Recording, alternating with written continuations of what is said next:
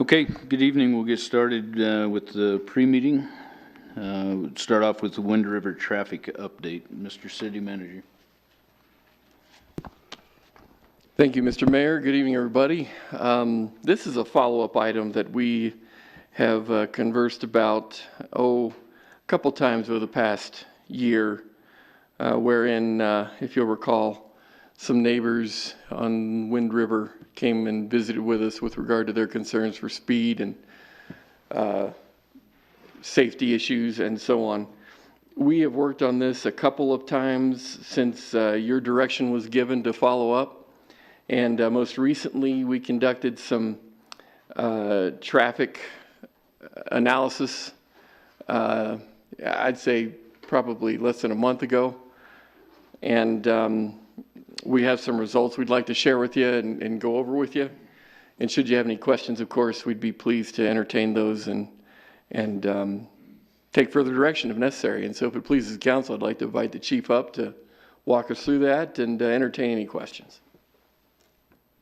Chief? Mayor, Council, thank you for the opportunity to share some information with you that I think will shed some light on the traffic concerns as reported on Wind River. In September, during the week of the 22nd, we had our traffic counters out there. In summary, there's not a significant traffic problem at all. In fact, you'd be hard pressed to find more ideal traffic conditions anywhere in our city. For example, for northbound on Wind River at Gannett, we measured 1,170 cars. Out of those 1,170 cars, one vehicle, the maximum speed that was ever reached was 40 miles an hour, and that was at 4:08 p.m. on one day. When people were speeding, it was a very small percentage of them that were speeding over the 30-mile-an-hour posted speed limit, never greater than 5.8% of all vehicles during any day were speeding. The average speed of those speeders never exceeded 33.8 miles an hour over. The 85th percentile speed was at 26.8 miles per hour, so the 85th percentile was considerably below the 30-mile-an-hour average. And that was, I'm sorry, I said 1,170. It was actually 1,376 vehicles that we measured. Just a brief summary of the times. Remember, this is northbound leading away from the school. The most significant number of speeding violations occurred after the 11 a.m. hour, in between 11 a.m. and noon. But the average speed of those was 33.1, just the 10 vehicles that were speeding during that time period. The next most significant time was after the hour of 9 a.m., not necessarily something that could be associated with students. The next most significant time period was after the hour of 3 p.m., 6 speeders. Again, that one may be associated with students, but that 9 a.m. and the 11 a.m. not necessarily associated. Now, if I can open up southbound, leading towards the school, this one we measured 1,026 vehicles. The maximum speed ever reached was 37.0 miles per hour, just 7 miles an hour over the speed limit. That occurred at 10 a.m. in the morning. The average speeder, the average percentage of speeders never exceeded 5.8%, but most of them are in the 2 and 3% category during the week.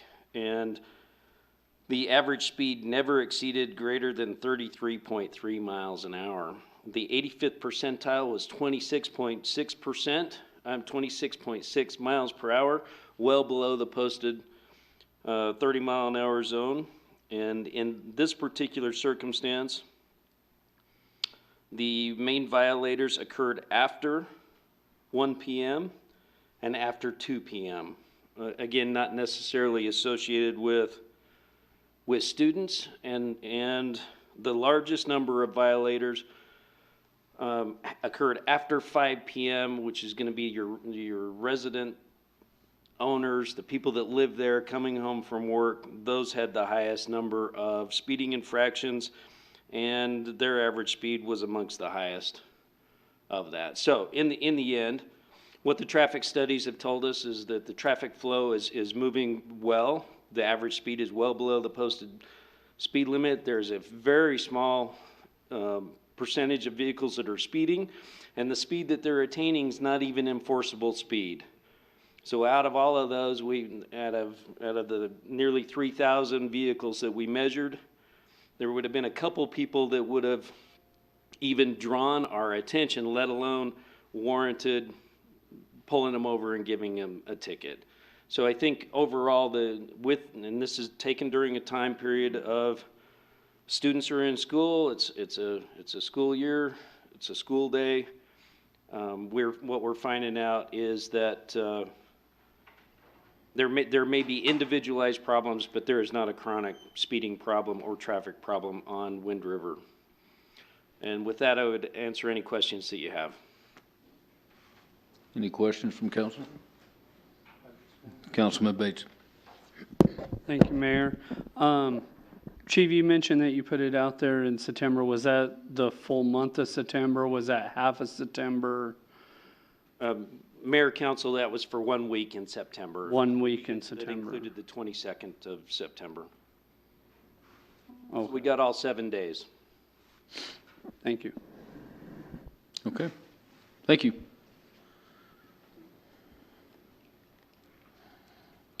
Okay, we'll move on to the ice replacement status. Mr. City Manager.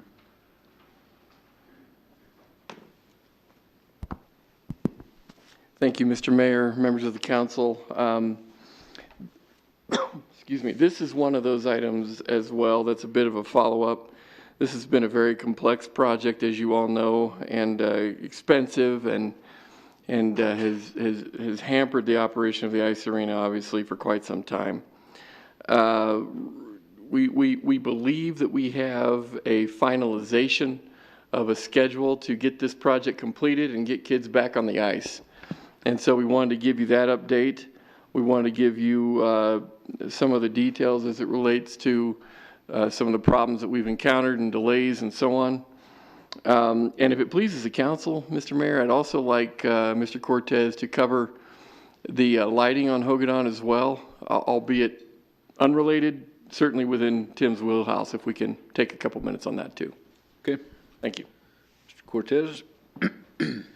Mayor, members of council, I do have a slideshow if we can pop that up, and I'll just kind of play it as I kind of speak. And there's just a lot of pictures for you to see of the ice arena and kind of how that project has kind of progressed. One of my staff put it together and did kind of a nice job to kind of take us through kind of the story, if you will, with regard to the project. I think that probably the main things that I'd put forth to council to kind of ponder is we've had some timing setbacks, which is probably the piece that's given me the most angst. And those two main reasons were we discovered a frost layer underneath the floor as they dug it out. It was one of those items we were hoping it wasn't there, but they really weren't going to know until they got the old floor out and dug into it. And then, of course, just because it's 2020, it was there, which means that they had to thaw out that layer. Otherwise, if we'd have laid something over the top of it, it could have cracked out or cupped the brand new slab, if you will. So they had to thaw that out to kind of get the new floor in. Another thing that set us back was the soils. As we all well know, Casper's kind of renowned for not having the best of soils, and it did fail a soil test. We had to replace all that. So as it stands now, as of the time of me writing the memo, we had a little, like when I say a little bit, a very little bit, a couple $1,000s left in our contingency.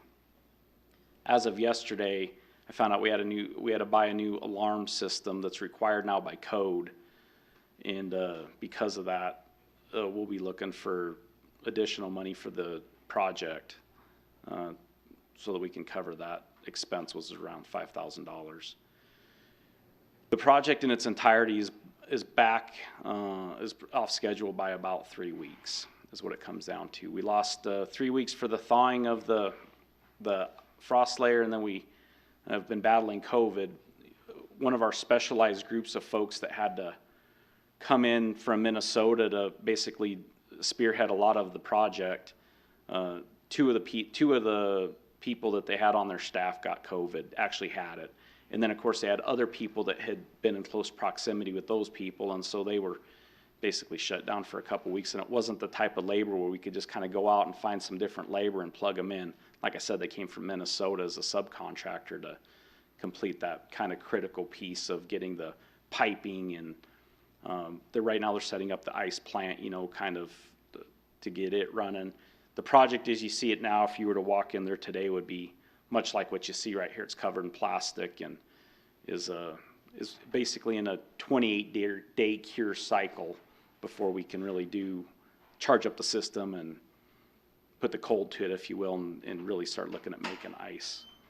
As you'll notice in the packet or the memo that I put together for you, basically we're set to be, final completion date was supposed to be this week, October 23rd, and pursuant to an order that you all gave us back in July, that has been pushed back to November 13th. So basically that accounts for that 3-week time period that I'm talking about. And then, like I said, with regard to the contingency, I said that there's about $5,000 left in there. As of now, that's gone. The one outlier that we kind of have in the project is this, if you recall, we had an issue up at the event center where water was sprayed onto the existing plant that we now have down at the ice arena. The good thing is covered by insurance. The bad thing is it makes it a little more complex with tracking the funds, because some of the things that were remedied out of the project will be reimbursed by the insurance claims. And that's the piece that me and my staff have to reel in to really dial in what we need to come up with for this last $5,000 expenditure. And with that, I would take any questions you might have regarding the ice plant, and then I can talk about the lights on Hogadon a little bit. Any questions on the ice plant? Okay, so you can go on to Hogadon. Sure. So just last Thursday evening, I was brought into the loop on basically we had the project manager was kind of doing an inspection around the lighting project is done, or so we thought. He was doing a precursory inspection.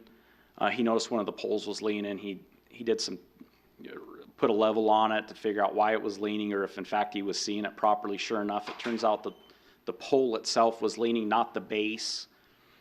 Upon further inspection, he noticed that it was just separating from the base. The pole was separating from the base, which is a fiberglass pole. The base is metal. He obviously, we knew it wasn't right. He looked at some of the other poles to see. They actually looked at all the poles to see if there was any other ones that were like that. They found one other one that was just like that. And then they also found an additional 11 poles that looked like that they weren't sealed properly, meaning the fiberglass and how it is adhered to that base seemed like it was cracked out or not sealed properly. Got in contact with the distributor of the poles and the manufacturer of the poles. They were highly concerned about it. We had a structural engineer come in and take a look at one of the poles that we took off the hill, brought it down to the contractor's yard. Structural engineer comes in and looks at it and says, yeah, it's not right. Something in the manufacturing process was missed or not done properly. He said that there was no fix we could do on the hill. As a result of that, his recommendation was to take down all the poles, which we're in the process of doing as of this morning. Talked to the manufacturer late last night. Manufacturer is going to warranty them, meaning they're not even the city of Casper's poles necessarily yet, because it was a gift, if you recall, to the city, which hasn't been accepted yet. And there's workmanship standards within that agreement that obviously have not been met, to no one's fault on the project other than the manufacturer of the poles. So as a result of that, we'll have a press release going out tomorrow that'll address that we're not going to have night skiing this year. The good thing is everything's being warranted. The project leaders are working with the manufacturer, and it looks like they'll reimburse them for the cost to take the poles down, replace the poles, and put them back up. And so they're kind of working through that process as it sits now. So with that, I would take any questions you might have about that project. Any questions on this project? Councilman Bates? So just to clarify, we will not have any lights for night skiing for the entire ski season this year. I would say that that is like a 99% certainty just based on the weather patterns. That's what's getting us. They can't source enough poles to get them here quick enough for us to probably beat the weather that we're probably going to start experiencing this Thursday. So we're just kind of under the assumption that we're just not going to be able to access the slope to put the new poles in place in time. So is it possible? It's possible, but I would say it's very slim. Okay. Okay, thank you. Move on to the WestNet Incorporated Fire Station Number 1 Alerting System Project. Mr. City Manager. Thank you, Mr. Mayor. This is a sole source issue that you will be considering formally this evening. And the bottom line is we are trying to get Station 1 consistent with the alerting systems that we have throughout the rest of the stations, which as you know, are newer in vintage than Station 1. So I've asked Chief Spicer here to walk us through that a little bit, entertain any questions that you have, but hopefully gain your support for this proposal. Mayor, Council, like the city manager said, yeah, it's just get us the same system the rest of the stations have. Right now, all the stations were replaced outside of Station 1. That station was originally put in service in 1976, and the infrastructure for that alerting system is about that old. There's been speaker replacements and some lighting replacements, and so other than that, the infrastructure is pretty old and it's on the verge of failure and getting pretty inconsistent for us. So it definitely needs replaced in that aspect.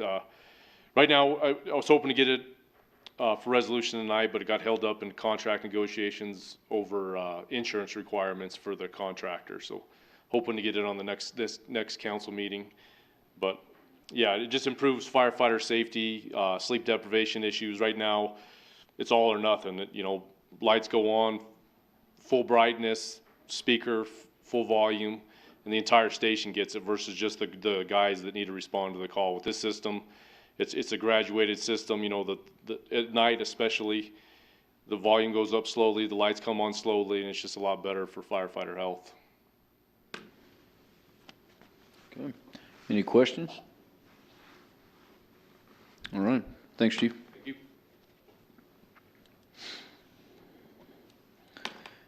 Okay, temporary extension of hours of operation for liquor license holders over Halloween. Mr. City Manager. Thank you, Mr. Mayor. We've had a request to extend hours of operation from one particular vendor. And in order to do that there, we probably ought to do it for all the businesses that are liquor vendors, if you will. The request is to extend past the current time limit of 2 a.m. for Saturday night only, which is Halloween night. The memo that you have discusses the discrepancy that we will have, given that that'll be our first night of daylight savings, or excuse me, back to our regular night schedule. Thank you. And so we wanted to give that recognition to you that indeed you have the option of extending it to 3 a.m. or 4 a.m., whichever you'd like to do, but we do need your direction one way or the other. Without recognizing the change in time, it would be 3 a.m. And that really is it.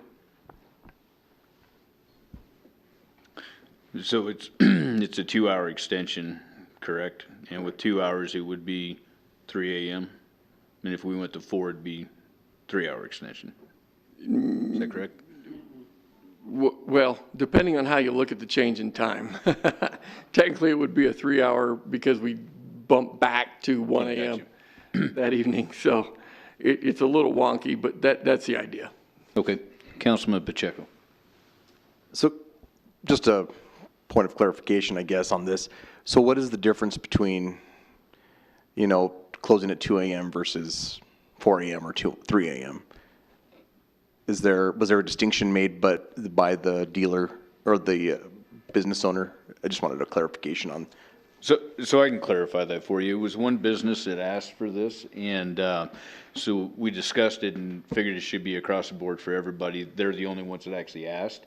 Due to the circumstances, the amount of people that can actually be in a bar at a time, and being it's Halloween, they think that they're going to be rather busy. They want to be able to properly space people out coming into the bar so that they would not have too many people in there at one time, but they'd still like everybody to have the opportunity to come in and celebrate the holiday. Just to follow up, and I don't want to put the chief on the spot, how do you feel, chief, about that? That's all I needed. Thank you, sir. Anybody else have questions or comments? Mr. Mayor, that'll be a resolution for your formal consideration this evening. This is kind of a heads up with regard to that newer item. Okay. Do you want to bring up the other at the same time? It would probably help council to know also that this particular vendor had a change in ownership, in the makeup of the ownership. And so you will establish the date for public hearing for that consideration for not tonight, of course, but for the next regular meeting, business meeting that you have. Thank you. Okay. And so we'll move on to agenda review. Mr. City Manager, anything on that? Mr. Mayor, I do have an item I'd like to bring to your attention. We are gearing up for our second run, if you will, at CARES funding. And as you probably recall, I emailed you earlier to indicate that we had what we think was a pretty successful first run at CARES funding, got a lot of our expenses refunded, and kept the taxpayers whole with regard to our pandemic response. We believe, however, there are other things that we need to pursue funding for. And frankly, I would say, even if the CARES funding doesn't come through on these upgrades, I would suggest we still need to do them. And actually, what we're finding in observing these processes, the state is saying, well, if you didn't already do it and you're not seeking a refund, then maybe it's not that necessary. And so we're following that doctrine in regards to our second run for many of these upgrades that we think are important. Just to give you a feel for what that is and to what extent our exposure might be, we are trying to eliminate as much touch points throughout our buildings as possible. Some of the biggest touch points that we have are at the front doors as well as in the bathrooms. We've got a lot of touch points between those two stops that our citizens typically make. So we'd like to get those changed out so that they are contactless, if you will. Faucets, crash doors, and so on. Those kinds of upgrades are a little pricey.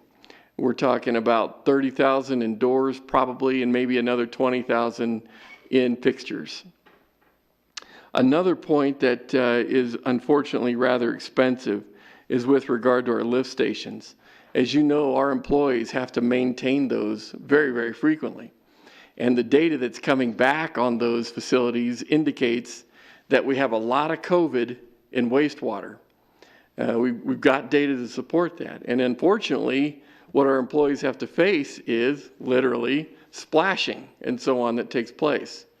As unpleasant as that might be, it makes it even more unpleasant when we've got COVID splashing taking place. So some of the upgrades that we'd like to do there would eliminate or at least greatly reduce the amount of interaction that our employees would have with that contact and hopefully improve our employees' health in that regard. That comes at a cost of almost $20,000 as well. Another proposal that we want to make to the state would be with respect to a payment kiosk. We are having a lot of customer and employee interface as folks come to pay their bills. We're hoping that we can get support for a kiosk that would allow for self-service at the building, because we have a lot of folks who just want to be here to pay their bill, thereby reducing at least that citizen interface and the handing over of bills and all that kind of thing. That is a pricey venture, but I would tell you that not only would it, reduce those interactions, we hope that it would be an improvement to our customer service as well. That one is at $75,000. I feel really good that there is a lot of precedents that would support the award of these requests. In the event that the state just simply doesn't see it the way that the feds do and the way that their own precedents has supported, the backstop financially would be with regard to a lot of the reimbursements and so on that we've received already from the state. The bill is $200,000, and so that is what we're asking. And again, I stand on the notion that even if we don't get that funding from the state, I would advocate that these kinds of things take place, particularly since it really appears that we're going to be in this pandemic response for a longer period of time than we initially hoped. So that's my pitch. That's what we're hoping to do, and I'm hoping that I can at least get your informal nod that this is appropriate from your eyes. Any questions or comments? Okay, Councilman Bates. Just double checking on this, and maybe it's wrong for me to ask, but I care. Would the pay kiosks potentially or could replace any employees, because then they're not having the interaction with the customer, so the customer just goes to a pay kiosk, and so now we don't really need as many, or we don't need this. So I care about each employee, and I just want to make sure that we're not doing something to replace one due to a machine. Mr. Mayor, Councilman Bates, I really appreciate that question because I share your concern. We do not think that this kiosk would do so much business that we would feel inclined to need to reduce staff. I just don't see it helping that much. If anything, it would provide relief to current burden to both staff as well as citizens who have to wait in line. And if we can reduce lines, we would love to see that happen. But I cannot imagine this being so successful that we have to reduce staff. I just don't anticipate that. And just one last question, if I may, Mayor. Go ahead. With these upgrades that you're looking at, how does that fall in line with the idea for the future of, what do I want to say, doing that addition and changes to City Hall? Are we going to be asking for money to do this, and then in however long we're going to redo it all because we want to upgrade City Hall? Mr. Mayor, Councilman Bates, another really good question. This would be a cost that we would not have to replicate in a rehabilitation of this building. So I don't see that cost happening more than once. Good question. Councilman Huber. Thank you, Mr. Mayor. I do now have a question, though. Mr. City Manager, when you're talking about that, it sounds like what you're saying is that there wouldn't be that many people paying by means of this kiosk, that it would reduce the workload on staff so much that we'd have to be justified in eliminating a staff position. That causes me to wonder if we can make a guess, how many people, what percentage of the ratepayers come in and actually physically pay in person versus how many people just mail in a check or pay by mail or whatever. And if that's a real small number and we're paying $75,000 to accommodate that real small number, maybe there might be some other way we could mitigate those risks. I don't know if I'm expressing my question good enough for you to answer it, but. Mr. Mayor, Councilman Huber, that is a good question. We have tried to emphasize EFT type transactions for bill payments, online payments where a person goes in and manually pays their bill with a number that they get from their bill and so on. And that has had success. Automatic deductions, I think, is something that I'd like to explore further as well if we don't offer that currently.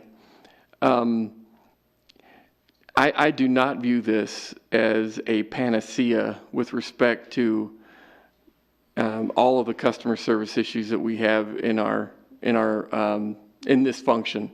And so I'm very comfortable in saying that we will not eliminate walk-up traffic with this enhancement. As far as how that breakout looks, I would ask for your patience in allowing us to get back to you in terms of what that looks like, because I don't feel comfortable that I have that number ready. And Mr. Mayor, if I might just follow up, because what I'm really wondering about is if there's just a small handful of ratepayers that in any fashion pay in person versus those that pay by all the other means, if there isn't some other way of doing it. I share Councilman Bates's concern. I don't want to lay anybody off or fire anybody, but I'm kind of looking at the other end of it, that if we're paying $75,000 and there are just a handful of people relative, that's what my real question is. And if you need some time to think about that and check on that's fair too. But Mr. Mayor, Councilman Huber, the other thing that council can certainly direct staff to do, without a doubt, as it relates to the touch points in the organization and improving our situation from that standpoint, if council is looking for a means of perhaps shaving down our exposure, I would say that the kiosk might be one of those opportunities. So if I could offer that and maybe allow us to package it without necessarily ordering it and putting it in place and then saying, hey, state, pay us back, kind of a thing, I'm absolutely okay with that direction, because I think there's a number of ways we can skin this cat. But I'm way, way more concerned about touch points and the exposure that we have in our utilities and those kinds of things. Although, please don't misunderstand that I don't view our customer service employees as being less important, by any means, because I certainly do. But I see your point. I don't think it's going to impact a huge number of citizens, and I don't know that it's going to bring so much relief to the customer service employees that they won't be still in high demand. Well, I'm all on board with all of these. My only question is if that one was going to be just going to affect a real small number of things, if it was really an effective means of doing things. But no, I'm all in favor of all of these. Sure. Thank you. Councilman Bates. And to follow up with Councilman Mike Huber, if that was one that we weren't, and you said it was 75,000, is there somewhere else in the city, department, police, wherever, that maybe that we could ask for that amount that's more important in one of those areas than that kiosk, that's more needed? I'm just curious. Mr. Mayor, Councilman Bates, if I understand your question correctly, I do think that there are elements of prioritization here that I'd be prepared to advocate for, perhaps even over the kiosk option. I do think that kiosk can help, but I'd hate to lose elements of the rest of this application. in order to salvage that aspect. So I'm being candid with you here and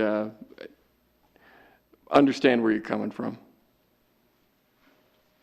Any other, Councilman Hopkins? Thank you, Mr. Mayor.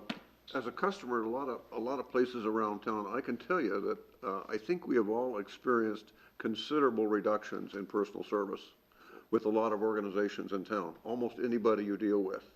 I don't want the city to be part of that. I think we have done a very good job. We have somebody sitting at a desk that can answer questions.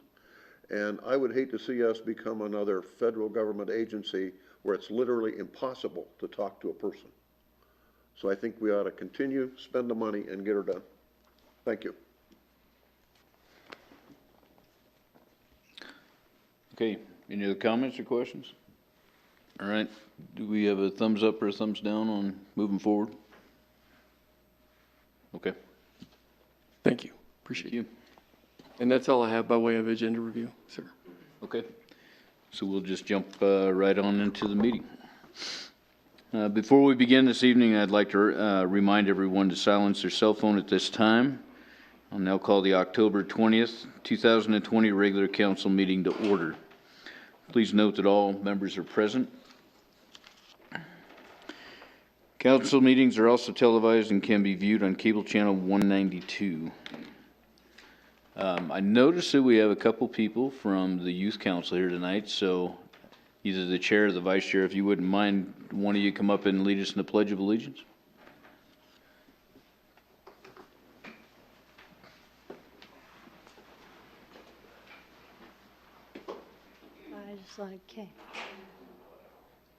I pledge allegiance to the flag of the United States of America and to the republic for which it stands, one nation, under God, indivisible, with liberty and justice for all. Thank you, Kenzie.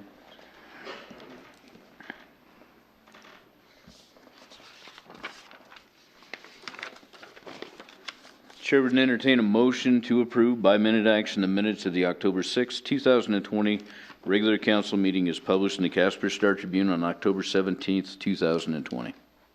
So moved. Second. Moved by Councilman Hopkins, second by Councilman Johnson. Any amendments? Any abstention or nay votes? All voting aye. Aye. Please record the vote. With all members voting aye, motion passed. The chair would entertain a motion to approve by minute action the minutes of the October 6, 2020 executive session. So moved. Second. Moved by Councilman Cathy, second by Vice Mayor Lutz. Any amendments? Any abstention or nay votes? All voting aye. Aye. Please record the vote. With all members voting aye, motion passed. The chair would entertain a motion to approve by minute action the October 20th, 2020 bills and claims as audited by City Manager Napier. So moved. Second. Moved by Councilman Johnson, seconded by Councilman Hopkins. Any abstentions? Any abstention or nay votes? All voting aye. Aye. Please record the vote. With all members voting aye, motion passed. Now is the time we invite anyone in the audience who wishes to speak with the council to come forward. As stated on the first page of the agenda, we ask the following. Please state your name and address. Direct all questions or comments to the mayor and only the mayor. No personal attacks on staff or council will be tolerated. Council will not respond to personnel matters. These will be referred to our city manager. Questions posed by speakers may or may not be responded to by council members. Presentations will be limited to 5 minutes, and duplication of speakers will not be allowed, nor will time extensions be permitted. Please note that public hearings and ordinances each have their own comment period, so please hold your comments on those items until we reach them. Is there anybody that would like to come forward and speak to council? Mr. Mayor, do we have a video problem?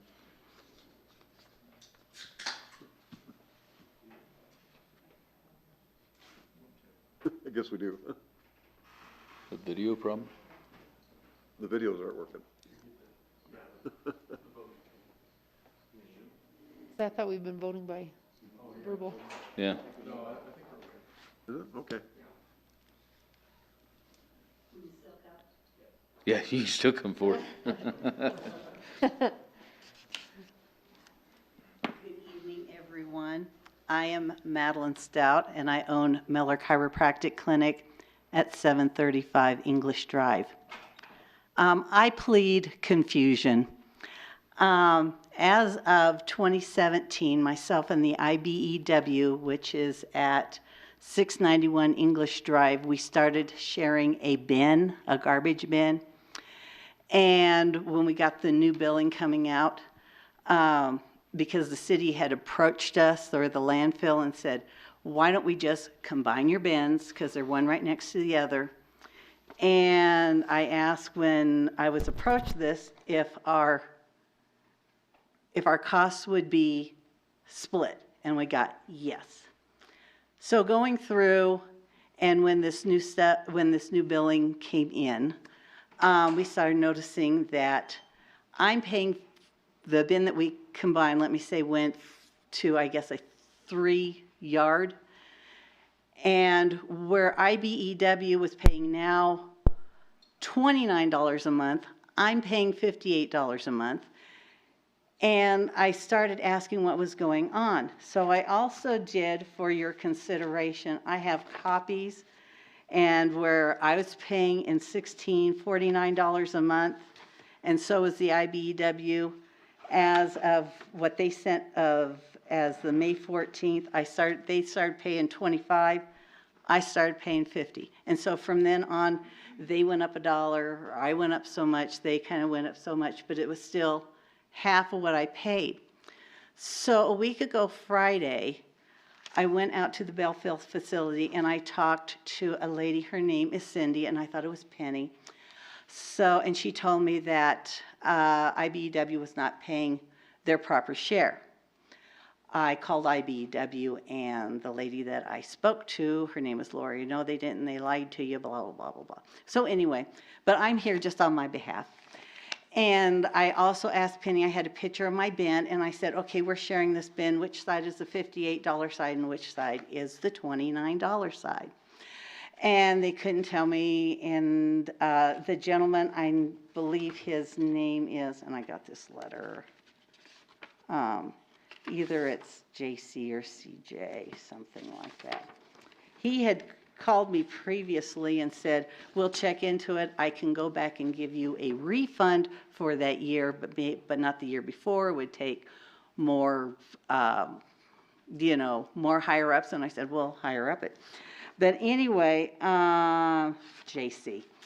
And so anyway, I got the letter from JC, and mostly it's made by Cynthia Langstrom, and saying that they apologized and that I would get $100 that would be credited to my utility account and my $100 voucher. Well, anyway, Mr. Mayor, and by the way, we are neighbors now. We have 450 Melrose. You bought the lot next to it. Yeah. Okay.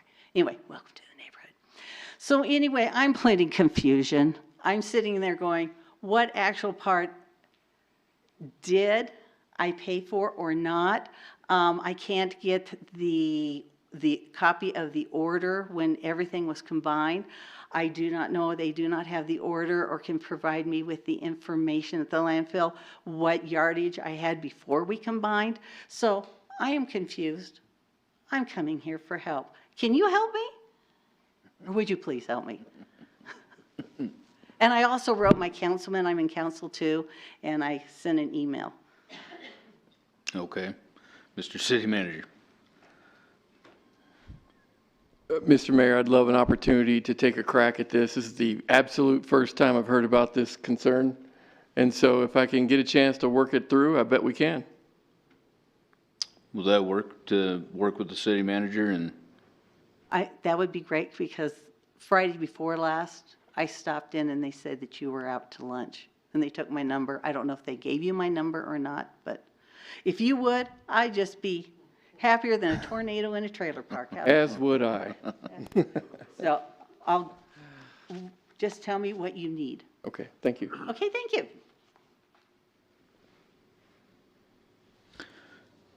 is there anyone else who would like to come forward and talk to council?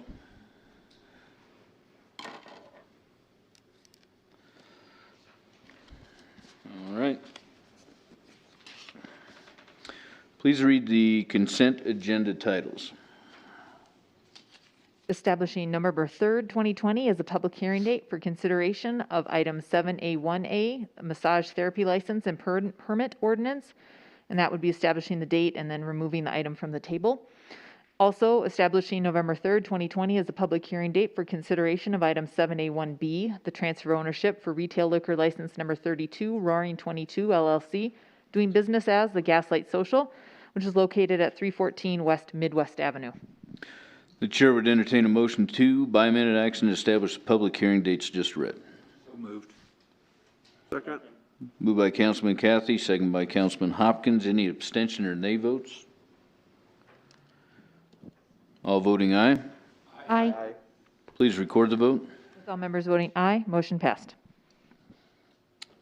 Please read the ordinance on third reading by title only. An ordinance amending section 2.60.050 of the Code of Ethics of the Casper Municipal Code. Chair would entertain a motion to approve on third reading the ordinance just read. So moved. Second. Moved by Councilman Pacheco, second by Councilman Johnson. Council will now listen to public comment. Public comments are limited to 5 minutes and no duplication of speakers will be allowed. Is there anyone that would like to come forward and comment on the Code of Ethics?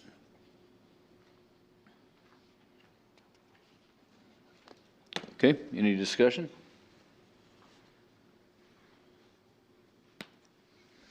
All right, any amendments? All right, any abstention or nay votes? All voting aye. Aye. Please record the vote. With all members voting aye, motion passed. Please read the ordinance on third reading by title only.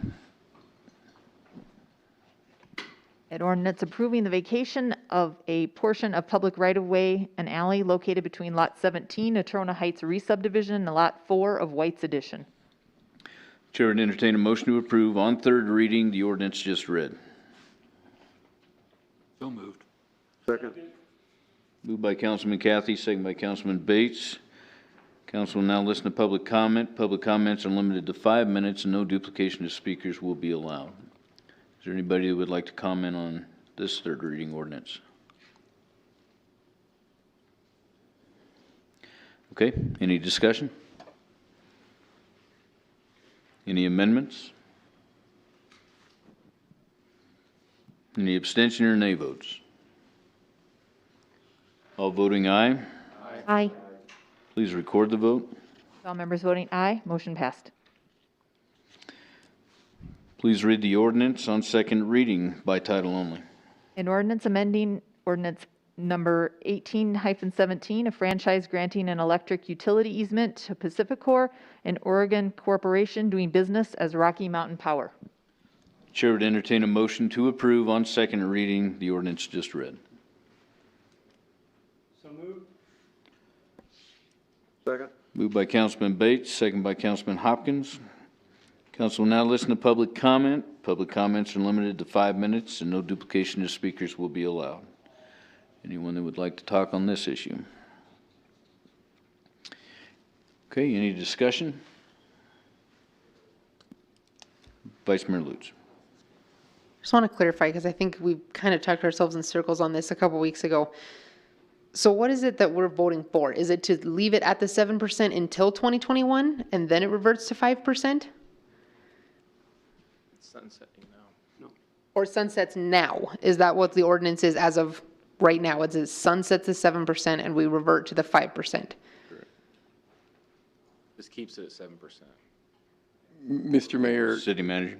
Madam Vice Mayor, with the support of the ordinance as it's presented, it would eliminate the sunset Okay. and have the percentage remain static through the life of the franchise agreement.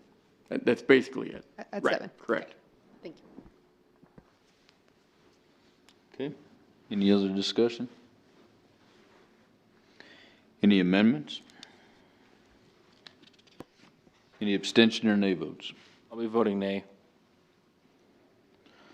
Okay, all voting aye. Aye. Please record the vote. With Councilman Johnson voting nay, motion passed. Please read the consent resolutions by title only.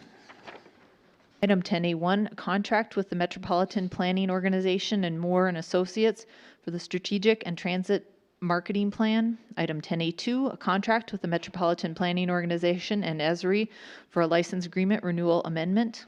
Item 10A3, a contract with the Metropolitan Planning Organization and HDR Engineering for the Public Participation Plan.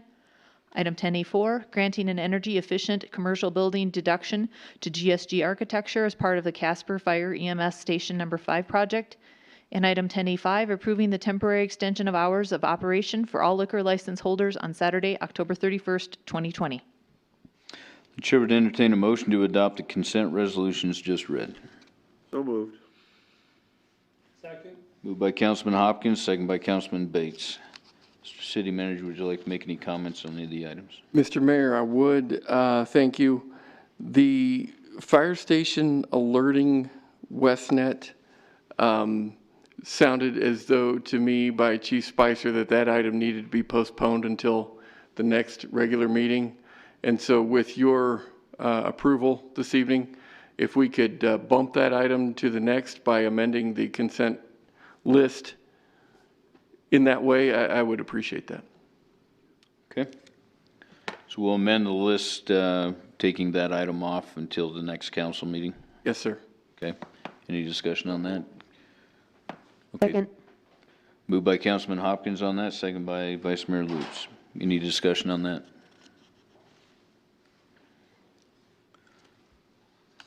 Okay, so on the amended consent resolution, any abstention or nay votes? All voting aye. Aye. Please record the vote. All members voting aye, motion passed. Okay, at this time, we ask council members to bring forward relevant concerns or items of interest. Point of order. Didn't all we do was vote to remove the item, so we still need to vote? Oh, yeah, correct, okay. All right, so we'll back up one step. Thank you, Councilman Cathy. What do we do without him? I know.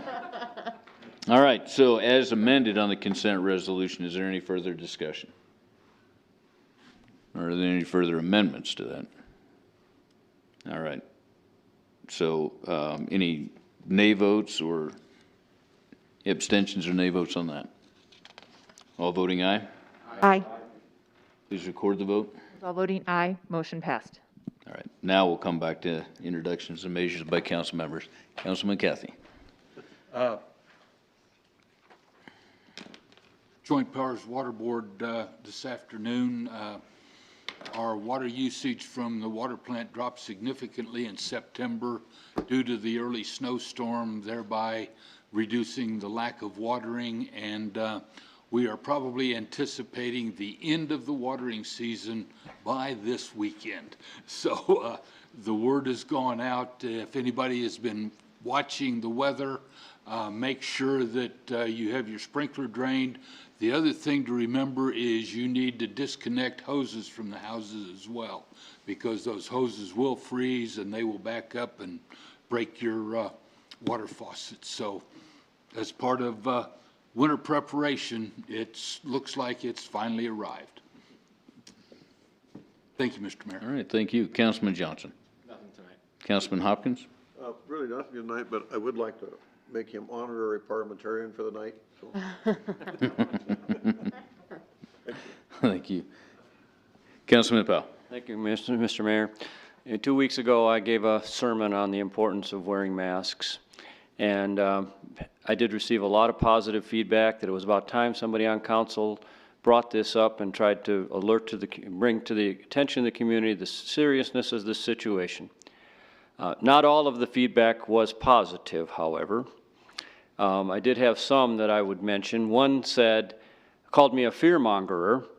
I guess just presenting people with the facts of the situation, that we are in a steady climb as far as numbers of cases and hospitalizations, is fearmongering. Another had in its subject line, "Glad when you'll be gone." So, and I've had my moments. My favorite was the one that said, "You're the worst member of the city council in the history of Casper." Well, there's a lot of people that have been on the council over the years. I just might have to put that on my resume, but it tells me that pandemic fatigue is a real thing, and I get it. But things haven't gotten worse, or gotten any better in the last 2 weeks. In fact, we continue to climb at very rapid rate. Our sister city Billings is bringing in extra health professionals. Our own hospital has numerous people in the ICU. We're not at capacity, but the trends are not good. And it sort of reminds me, we babysit my son's puppy every once in a while, Josie. And when we bring out the kennel, Josie runs over to the couch and buries her head in a pillow. Because if she can't see the kennel, it really doesn't exist. And that seems to be the way that many people are handling this situation, is just trying to ignore it until they are personally affected, as we have been personally affected. My worry, and I would really like to be wrong about this, is that we are at the beginning of a slow motion train wreck. And we have large numbers of our citizens who are looking out the windows admiring the scenery, when what we all really need to do is pull together as a community, ignore all this national politics and dialogue, and care enough about each other to follow the CDC guidelines. And we can do that. We need to do that. And at the risk of offending some people, I just want to say something about what it means to be a patriot. Patriotism isn't just about waving flags and saying the pledge. It's about doing things. It's about serving in the armed forces. It's about doing law enforcement work or fire protection, or our teachers who are out there risking their lives teaching kids, or working for a nonprofit for low wages. That's patriotism, giving something to the community. And patriotism is also about caring enough to make sacrifices for the good of the community. And wearing one of these is not a big sacrifice. It's something we can all do. And so, and I have to say, folks, I am disappointed in all of you that I'm the only voice talking about this, because this is a serious threat to our community, to the health of our community, but also to the economic well-being of our community. Because I'm bringing up because I want to encourage the community to be more active, to prevent more shutdowns, to prevent more disruption, because it's going to hurt us economically and it's going to hurt the city from a revenue standpoint. And I would not want to be Governor Gordon right now trying to look at these trends and figure out what to do, because things are not going in a good direction. And quite frankly, it's because we have not been doing what we need to do. So I realize people don't want to hear it. I don't enjoy talking about it either, but we have to. And because the situation is very serious and it's getting more serious by the day. Thank you. Councilman Bates. Nothing tonight. Councilman Huber? Oh, actually I do. Okay, Councilman Bates. I'm sorry. I apologize. Just to remind everybody, November 6th is voting. So I encourage everybody, that's in like 3 weeks, thank you. Or November 3rd, sorry, November 3rd, in a couple of weeks. So just want to encourage people to get out and vote. You can go in early and do early voting. So just want to remind people from city council level, presidential level, everything in between. Just want to really encourage everybody and anybody to get out there. Something I posted on my Facebook was there was a gal that was, I do believe, 93, and I could be wrong. I can't remember the age, but I think 93, and since she was 21 years old, she has always voted, and she actually went back to where she goes and voted even at her age through COVID, everything. She has never missed a time that she voted, and that is somebody I deeply respect that she always has. So I want to encourage the young people, older people, everybody in between to please go out and vote, and don't just vote, this is who I like, or I'm just going to guess, please do your research too, as far as that goes. Thank you. Sorry, Councilman Huber. That's okay. Councilman Huber. Thank you, Mr. Mayor. First off, Frida and I had a great vacation the last 2 weeks. I'm certain that you guys had a great time here without me. And Councilman Pacheco said that you solved all of the problems and everything. And so, but anyway, though, I would like to beg your indulgence. I'd like to read something to you that's a text that was sent out by a man here in Casper. This is a person who, runs a medium-sized business here in town. We're not talking about somebody that's an old geezer laying in the nursing home getting ready to croak off anyway or anything like that. This person contracted coronavirus and fortunately is now well on the road to recovery. He described it this way. He said, "Suddenly, in the early morning hours, my diaphragm shook free from the chains of COVID. My body's natural internal breathing motor switched on. My diaphragm started driving every breath, filling my lungs with air. No longer am I having to consciously will myself to take every breath. No longer am I having to act as my own ventilator. My body wants to fill and refill with air. I am not out of the woods, but I have crossed the river and can see the edge of the tree. Importantly, my fever has left me.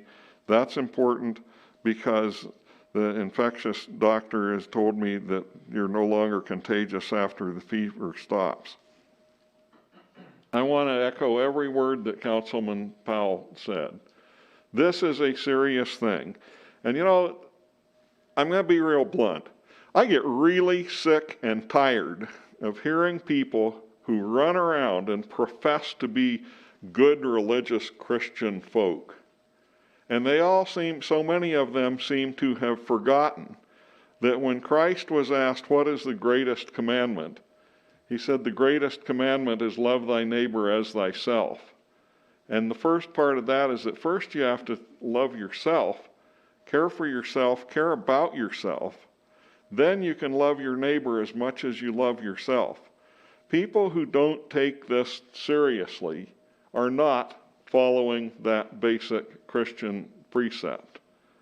And I think that's really sad. I truly want to just cry when I see people that are, I'm going to say it, hypocritical in that regard. I'll get down off of my soapbox now, and I did want to recapture the ground of being known as the COVID guy here. And Councilman Powell, I got told that I should move to China when I spoke about this once. But anyway, though, thank you, Mr. Mayor, and thank you all of you for your kind indulgence listening to me. Have you had bats? Say again? Have you eaten bats? No. Might be the place to try it. Councilman Pacheco. Thank you. Just a couple things. Just also reiterate what Councilman Bates had said about getting out to vote. We've got a couple young people. I don't know you guys are not ready to be of age yet to vote. I don't think you're 18 yet, but getting close to that. One of the greatest responsibilities that I think young people should have is the opportunity to vote. Whether that is red, blue, purple, whatever you decide to choose to do that. And I'm speaking to you guys tonight to take this back to your group. There's a lot of ugliness on social media, especially between adults, primarily adults, with two different ideological beliefs. And we're fighting and we're being very, very poor examples to you guys. Incredibly poor examples, especially some of the meanness that's on social media. And I think one of the greatest things that you guys can take back to your group, because I have more trust and more hope in your generation than I do in our generation sometimes, is this, that you go back and you look at and you say, how can we create a community, a state, a country, and a world where we have respect for one another's diversity and different beliefs? So I task you guys to go back as you guys work through this. What is your mission? What is your vision to go back and do that? Because us adults, we're failing miserably. Big time, especially on a national level. And it's really, really ugly, and I've become tired of Facebook and the meanness between whether it's Joe Biden or whether it's Trump is really inconsequential to some point when we talk about humanity. So go back to your group and you guys start talking about how you treat one another and dialogue about differences and still respect one another to be different. That's your guys' challenge. And so go back and say you heard that from this council. Vice Mayor Lutz. Nothing tonight. Okay. A couple things I have. All the precautions have been put in place. I've been up there and looked at the venue today. Boys and Girls Club is having their event tomorrow morning, their breakfast. I will be there speaking on behalf of the city mayor, doing a proclamation along with Mayor of Wyotown, Trace Blazak. I got to practice that because I'm going to probably mess his name up. And along with that, we'll have the chair from Youth Council along with us tomorrow morning to speak a little bit about Youth Council, a little bit about Wyotown, and have a proclamation read by Trace, who's in 5th grade and probably one of the coolest kids I've met. So, so that's happening tomorrow morning. And if I may, Mr. Mayor, masks are required. As I said, everything has been put in place and all the measures are taken, which I will take that a step further. I have to say that, and not just because it's one of our facilities, Spectra has done an outstanding job in every event they've handled up there. And talking to Anna Kinder with the health department, they are like her champion right now because they absolutely pull out all the stops to make sure that everything is taken care of by the letter as it's laid down. So I appreciate everything the Spectra's done for us, and we'll pass it on to Tim too, that I appreciate what's happening up there. To answer your question, as far as nobody saying anything on council, I've been working on this all week. Thursday at 3 o'clock, there'll be a news conference that I have some things to say about COVID and the state of our community right now. So that's going to happen at 3 o'clock on Thursday, and we're going to get a message out there. We're not in a good spot right now. The virus is within our community. I personally know a 15-year-old that has it. I have talked to a doctor that literally sat on the edge of a bed on Saturday at 2 o'clock in the morning, FaceTiming a gentleman so he could say goodbye to his wife. And they've been married 50 plus years, and they had to say goodbye over a telephone. It's an issue, and we need to address the issue. So 3 o'clock on Thursday, as I said, I'll address the issue. It'll be out there. Other than that, I have nothing else this evening, and so unless anybody else does, the next meetings of the City Council will be a work session to be held at 4:30 p.m. Tuesday, October 27th, 2020 in the council chambers, and a regular council meeting will be held at 6 p.m. Tuesday, November 3rd, 2020 in the council chambers. The chair would entertain a motion to adjourn. Second. Moved by Councilman Pacheco, second by Councilman Cathy. Any abstention or nay votes? All voting aye. Aye. Please record the vote. All members voting aye, motion passed. We're adjourned.